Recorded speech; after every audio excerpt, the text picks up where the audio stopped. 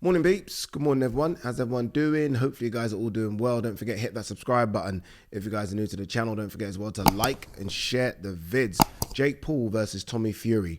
A few of you have asked if I'm doing a live watch along. You're damn right I'm doing a live watch along, providing we sort our internet out. But yeah, 100%, because this fight has piqued my interest. I am very much intrigued, and so are you. Don't lie to yourself.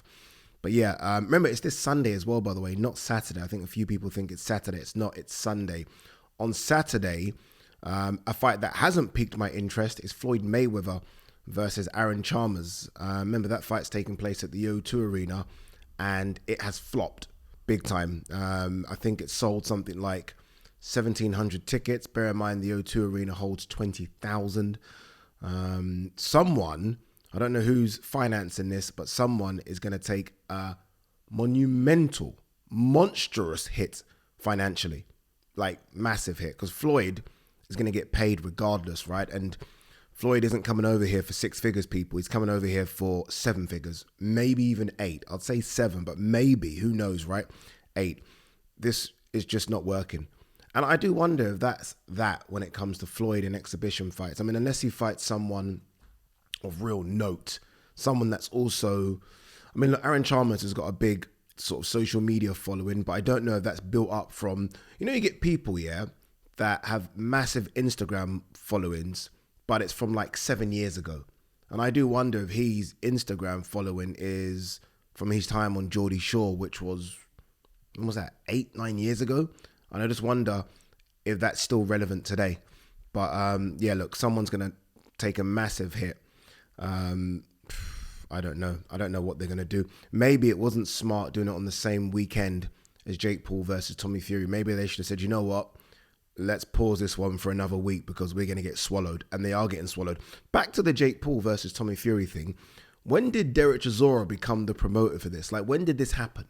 Like how did he get involved? Like, Chisora is now almost like the front man for everything when it comes to Jake Paul versus Tommy Fury. So much so that he even said that Jake Paul would beat Carl Froch. And he's only saying that because he's now part of the team. Like, I don't know how he got involved, but look, good luck to him. Good luck. Make that money, man. He's going to be making good money. But yeah, live watch along. I have no idea what time we're going to start. I think the ring walk, I don't even know what time the ring walk is. 10 in the evening, maybe. But we'll find out.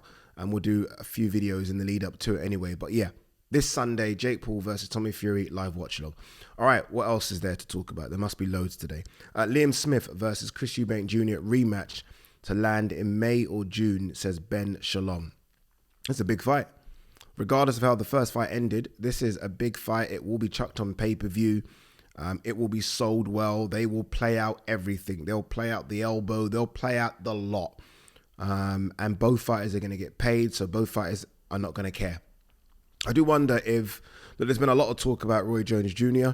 and Chris Eubank Jr. not working. I do wonder if Chris will look at another trainer. I doubt it. I'm not quite sure if there's enough time. I'm not quite sure if another trainer, well, actually, I was going to say if another trainer will take on Chris. They certainly will, because, you know, you're going to get paid. And I think there'll be trainers out there that think, okay, I'm good enough to maybe change something in Chris.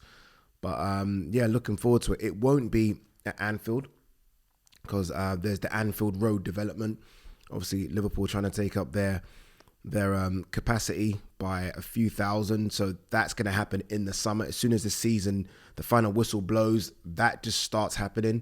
So it won't be there. So it will be the AO Arena again, I'm guessing, in Manchester. Or they could do it in the O2 Arena, but I'm more guessing it will be the AO Arena because of that Liverpool-Manchester catchment that Liam Smith has got. But yeah, I'm actually looking forward to it. I'm looking forward to the build-up. It's going to be interesting to see if Chris is as cocky and as arrogant as he has been for these, you know, last 4 or 5 fights. I wonder if he's going to be a bit more humble. I don't think he will be, but it'll be interesting. Ruiz purse bid moved up to the 23rd of February for the interim IBF heavyweight title fight. I have no idea why it's an interim IBF. That makes no sense, if I'm honest with you. But hey, it is what it is. It's boxing. I guess the big question here, with Ruiz moving forward, I guess the big question is, what about Deontay Wilder? I mean, for the last 6 or 7 months, especially after he got that Hellenius win, it was like, okay, Wilder Ruiz. That was it. And now, again, going on interviews from the likes of Wilder and Adrian Broner recently, you wonder if PBC can now afford to put that fight on. And that's Wilder Ruiz I'm talking about. I'm not quite sure what's going on with PBC. I'm not quite sure if the money has dried up. I remember Bernard Hopkins speaking about it about a month ago. I can't remember what fight he was talking about. I think this is when there were conversations with Terence Crawford and Oscar and Bernard, and Hopkins was very much sort of on the thinking that PBC have overpaid their fighters and the fighters maybe haven't delivered the numbers that PBC wanted. I'm only just sort of summarizing here. And that money's dried up. That well has dried up. And look, unless these guys are doing crazy numbers, and they're not, you can understand how the money will dry up. And maybe they just can't afford to put Ruiz Wilder on. Look, both fighters are going to want to get paid well. I've always said I think that's a big fight, Ruiz Wilder, but both fighters are going especially when you look at what both fighters have been paid recently. You know, they're not going to want to go down from that figure, especially for not for a fight of this magnitude, a fight this difficult. They're going to want to stay in and around that. You look at what Wilder would have been paid for the Fury fight. You look at what Ruiz would have been paid for the second Joshua fight. That's big numbers. And maybe PBC are thinking we can't do that number. Especially when you look at Wilder's recent pay-per-view return against Hellenius. It wasn't great. It wasn't great. I mean, the numbers, in fact, were really bad. So they're probably thinking, we can't give you what you want, Wilder. So Wilder, we know now, is a free agent. And back to that free agent thing. Most top fighters are free agents, by the way. So I think maybe we read into that a bit too much. And what I mean by that is, unless sometimes in order to get a big fight, you sign a 2 or 3 fight deal. But most fighters, look at Canelo as a good example. Most fighters are fight by fight now. They're rolling the dice with themselves and doing fight by fight contracts. Like Canelo, as it stands, is a free agent. Obviously, his next fight will be on Matchroom of the Zone, but he can go anywhere. Again, we saw that with him going over and fighting Caleb Plant. So don't be too alarmed by Wilder saying he's a free agent. It just means that he is ready to deal with anyone. Hence why he's called out names like AJ. Hence why he's called out names like Francis Ngannou. We've heard rumors about a full fight with Tyson Fury. It is interesting, though, this PBC money thing. And I do think there's a bit of truth to it. I do think they have paid fighters. Like, I remember when Eddie first came to the American market and he thought with his DAZN money, he thought he could get the Broners and the Gervonta Davises and the Charlos. And it seemed like he was offering what looked like massive money, and they all laughed it off like, this ain't shit. And you think, what? How much are you guys getting paid? Remember, it's not like these guys are doing a million pay-per-view buys, so they're getting paid or were getting paid really, really big money. And I don't know if that's the case anymore. I'm not quite sure. But back to Wilder. Him being a free agent, or at least willing to work with other promoters, it's a good thing now. And then I would love all boxers to be like that. I'd love all boxers, and this is someone that works for a broadcaster, but I'd love all boxers to be free agents, because then literally you can go and fight wherever you want, and it helps us as fans because we're going to get the best fights. When fighters are tied into these long-term deals with broadcasters and promoters, it just means they're stuck over there. They're stuck over there, and we want to see him fight someone that's over there, and it ain't going to happen. So Wilder almost saying that I am free and open to fight anyone on any broadcast network for any promoter is exactly what we want to see in the sport of boxing. I don't know what it means. I don't know who he's going to fight next. I still would like to think it is Ruiz, but I wouldn't be shocked if someone puts on the Ngannou fight. Look, Ngannou is a free agent. Wilder is a free agent. And as much as that's a crazy fight, it's a crazy fight that if I am anyone, specifically DAZN, if I am DAZN, I'm making a play for that immediately. Because do not tell me that doesn't do good numbers. Do not tell me it doesn't. They've got to be careful in terms of the money they pay. You don't want to leave yourself short. But Ngannou Wilder, take my money now. Carnage after 5 rounds. Won't even go 5 rounds. But yeah, it'd be interesting to see what Wilder does next, whether it is the PBC thing, whether it is Eddie, because Eddie's said, look, there's some good fights that he would like to make for Deontay Wilder.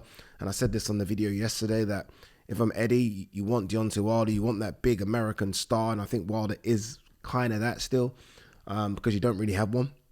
He's got fighters that are based in America that are stars, but he doesn't have a star, if that makes any sense, an American star. So, yeah, this will be a big one for him. All right, anything else here? Tony Harrison, sorry, I've just, mind me, give me a few secs. Obviously, I'm in a new area. I thought, let me try out the coffee shop. 5 out of 10. Oat latte with honey. Tony Harrison feels Tim Tszyu made a huge mistake in agreeing to face him. We'll see, man. Tony, we haven't got long left for that fight.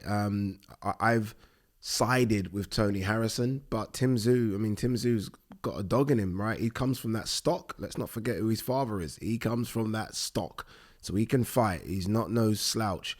I would favour Tony Harrison, but that's only because Tony Harrison's competed at the top level longer and has got big wins there as well. Let's not forget he beat the number one in the division, Jamel Charlo, so he can go. But we'll see. Carl Froch, Wood told me he was gone, his legs were gone, Davison did the right thing. Yeah, I think this is now a closed book. I think everyone agrees that Ben Davison did the right thing. I think just in the heat of the moment, you can sort of be like, what's he doing? Like, no. But yeah, one thing I've noticed, a lot of Americans I've seen, obviously Dan Rafael and others, they're the ones that have been like, that's a crazy stoppage. And I was watching some American fights last night, low-key ones, and I mean, corners don't throw the towel in and referees don't stop the fight until a fighter is laid out. So it's almost like their attitude maybe to keep going, right? Go out on your shield is a bit more than our attitude, where we're more like fighter safety. Don't get me wrong, I'm not trying to say they're not fighter safety, but it's definitely a case of if there is life left in that fighter, get him out. We don't operate like that. And I think we've seen it now with what Tunde did and now what Ben Davison did. Catchall, hopes fight with Prograis happens. I've lost all confidence in Taylor. Yeah, it looks like that will happen. Obviously, Taylor's going to fight Teofimo Lopez. I mean, Catchall to get Catchall's getting the harder fight in it. I mean, fuck it. Of all that foursome, look at what Catchall's getting. Prograis. Man, that's tough. That is really tough. I mean, if Catchall comes through that one, good luck to him. But you can't help but feel we might be on a collision course for a Prograis Josh Taylor rematch here, which will be a massive, massive fight. Because they're number 1 and 2 in the division for me. But yeah, good luck to Catchall. It's still a world title fight. It's not the fight he wanted, but it's a WBC world title crack. And I think Prograis will come over here as well. I think Catchall's starting to get a bit of a following here, so it could do good numbers over here. Well done to Dan Aziz, by the way. Obviously, Boxer announced that they are going to go and do that French event, or the event in France. I think it's in Paris. Tony Yoka, I think, will headline. I'm guessing, right? He's the big star, but Dan Aziz is going over as well to fight for the European light heavyweight title. That is a man that says, have gloves, will travel. Have gloves, will travel. Really hope he gets a push. Really desperate for him. Salita on Joshua Franklin. I feel like I've heard this before. I feel that Jermaine has a lot of the attributes Ruiz has. I can't see it. I don't see anything similar. Hand speed, no. Foot speed, no. Boxing IQ, maybe. I don't know. I think people have maybe made that judgment just because of the size, maybe the height and sort of the weight of them similar. But no, I don't see it. Eddie Hearn, Mauricio Lara is the number 1 featherweight in the world. So exciting to watch.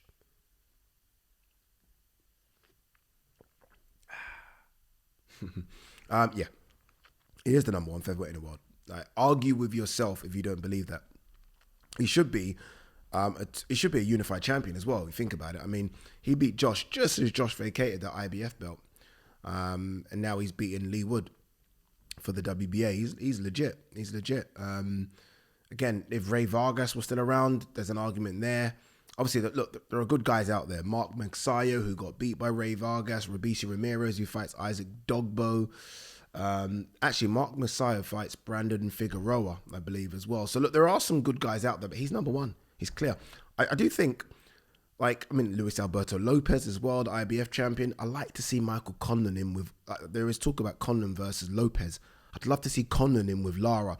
My only fear for Conlan is that it's a bit like the Lee Wood fight.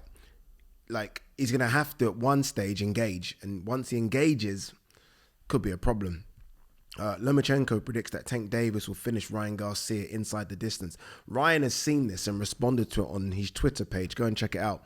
And he's not happy. He said, like, once I finish Tank, I will finish the robot. And I'm like, Ryan, I like you, but have some respect. Like, to call him the robot. The robot. I don't know if he's trying to be rude or if he's trying to almost, like, the Matrix thing. I'm not quite sure, but, dude, yeah, have some respect. I mean, Loma's done a lot more than you in the game and has fought a lot better opposition than you in the game. Let's see what you can do. There's a lot of talking, a lot of chirping from Ryan. Let's see what he can do first against Tank. I think this fight is going to be announced in the next couple of days. I am on the trigger to do a video as soon as it does. All right, is that it? Are we done? I think we are done. Couple more bits, but we'll save them for another day. Peace.